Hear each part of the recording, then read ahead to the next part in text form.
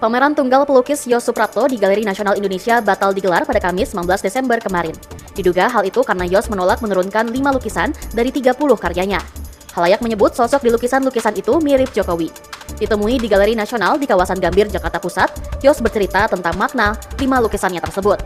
Lukisan pertama berjudul Konoha 1. Yos mengungkapkan lukisan ini bercerita tentang seorang raja mengenakan mahkota Jawa.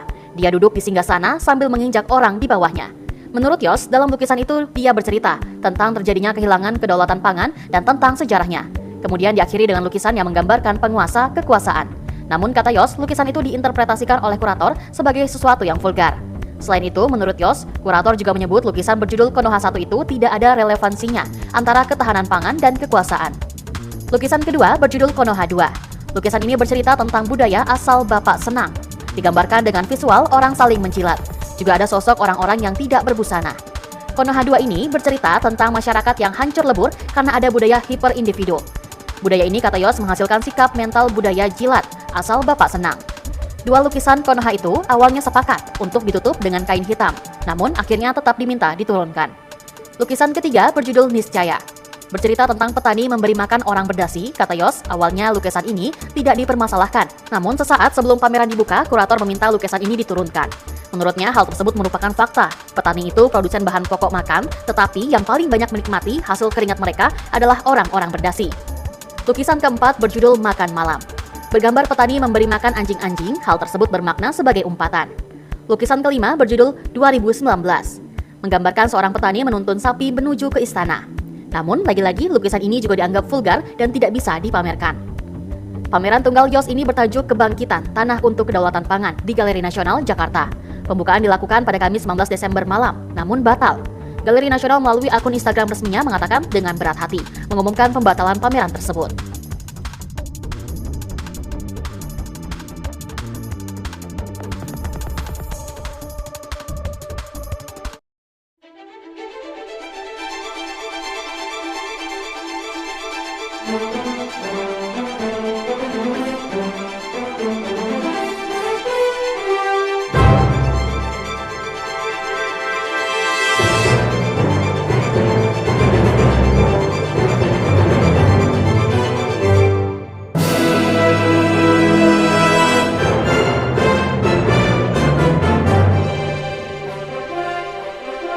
Yang kedua tentunya kepada Bapak Presiden.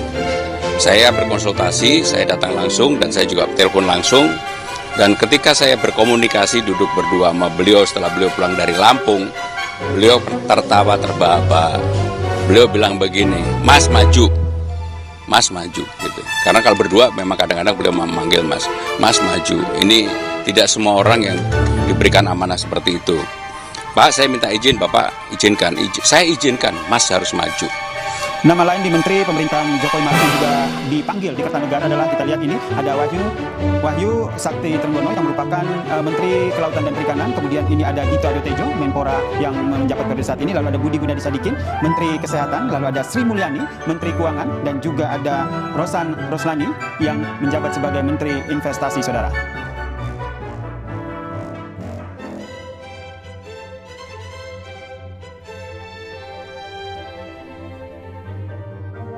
Platform media sosial dipenuhi unggahan lambang burung Garuda berlatar belakang warna biru bertuliskan peringatan darurat. Peringatan tersebut membanjiri media sosial di tengah upaya DPR menganulir putusan MK soal ambang batas pencalonan kepala daerah. Postur peringatan darurat menggema selesai balik DPR sepakat mengesahkan RUU Pilkada. Ada gambar tersebut diunggah pertama kali oleh Najwa Shihab. Dilansir dari kompas.com, unggahan tersebut telah dibagikan lebih dari 53.000 di Instagram pada Rabu 21 Agustus. Unggahan peringatan darurat itu merupakan bentuk perlawanan publik kepada DPR yang telanjur menyepakati RUU Pilkada. Sebab RUU Pilkada tersebut dinilai tidak sebelumnya mengaplikasi putusan MK.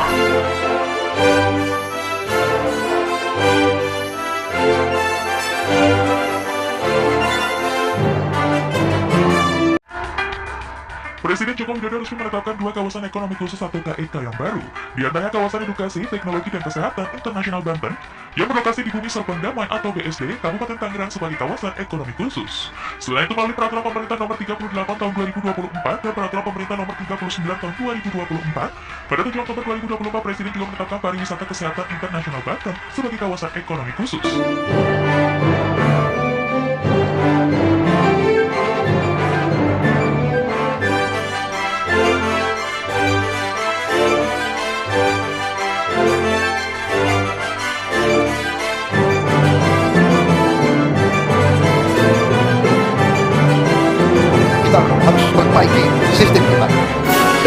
boleh malu untuk mengakui bahwa kemungkinan sistem ini terlalu mahal.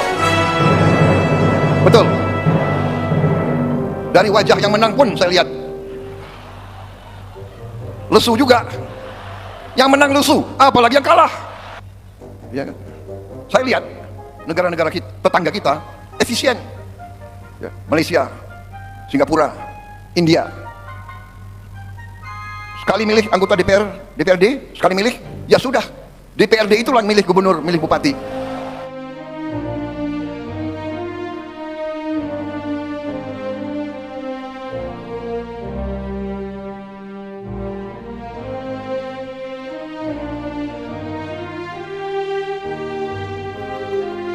Akan kacau dalam sebuah negara, dalam sebuah entity termasuk partai politik.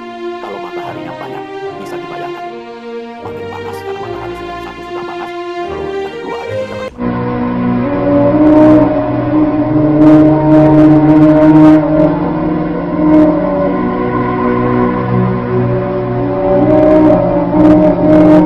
Saya memohon, saudara-saudaraku, saya memohon, saudara-saudaraku, saya memohon, saudara-saudaraku. Ada hal yang menarik saat Presiden Prabowo dan Wapres Gibran memasuki ruang sidang. Menteri SDM, Bahlil Lahadalia diduga terlalu menghormati Gibran dan hendak mencium tangan Wapres ke-14 RI tersebut. Bahlil terlihat menyalami Gibran dengan dua tangannya. Ia juga menunduk sampai keningnya nyaris menyentuh tangan.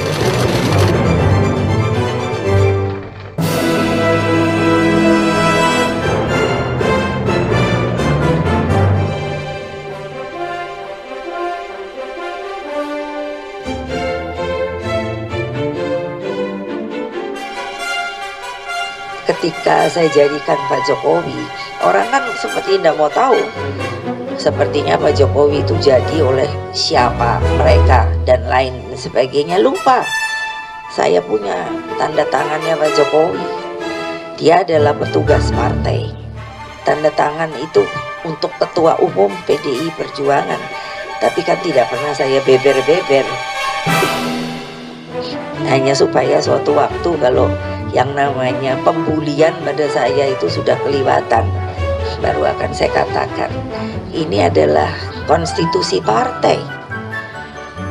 Sampai tingkat presiden yang datang dari kita itu adalah petugas partai.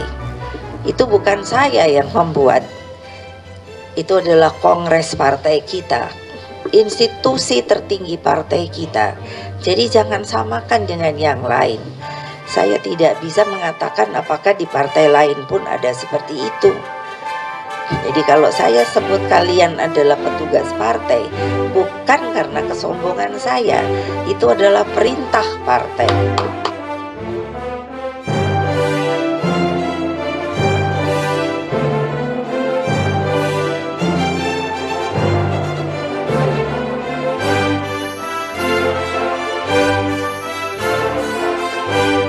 Hasto kan ditetapkan sebagai tersangka di KPK ya Pak, tapi nama Bapak itu masih disangkut pautkan atas tersangka ini. Hormati seluruh proses hukum yang ada. Tapi nggak apa-apa Pak, nama-namanya dicatut Pak, masih dibawa-bawa Pak. Nama Pak Jokowi sama keluarga masih dibawa. Kita hormati konvensi saja.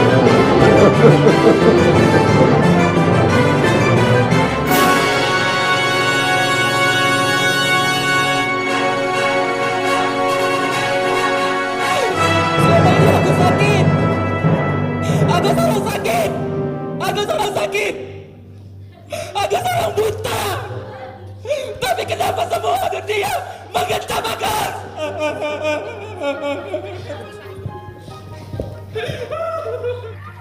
Apa nih?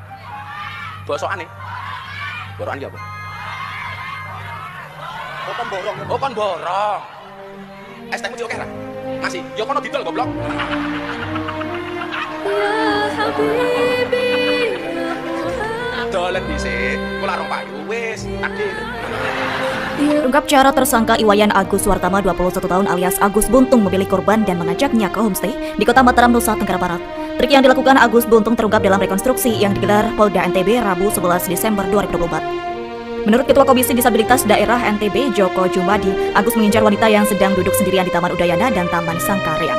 Kemudian Agus mendekati korban dan memperlihatkan kondisinya sebagai penyandang disabilitas agar wanita tersebut merasa iba. Setelah itu Agus mencari titik lembah korban dengan menggali informasi yang bersifat privasi dan sensitif. Lantas Agus menjadikan ancaman cerita aib tersebut agar korban mau diajak ke homestay.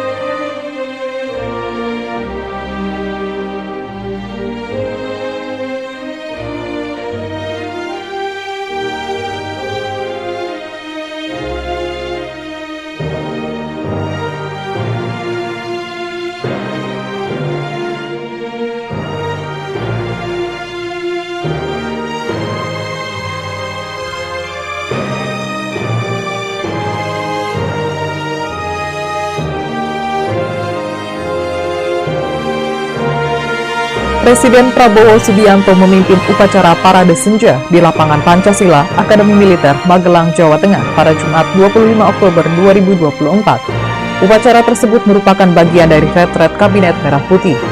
Para anggota Kabinet Merah Putih juga menjadi peserta upacara Parade Senja di tenda kehormatan yang berada di depan Geraha Utama Akmil.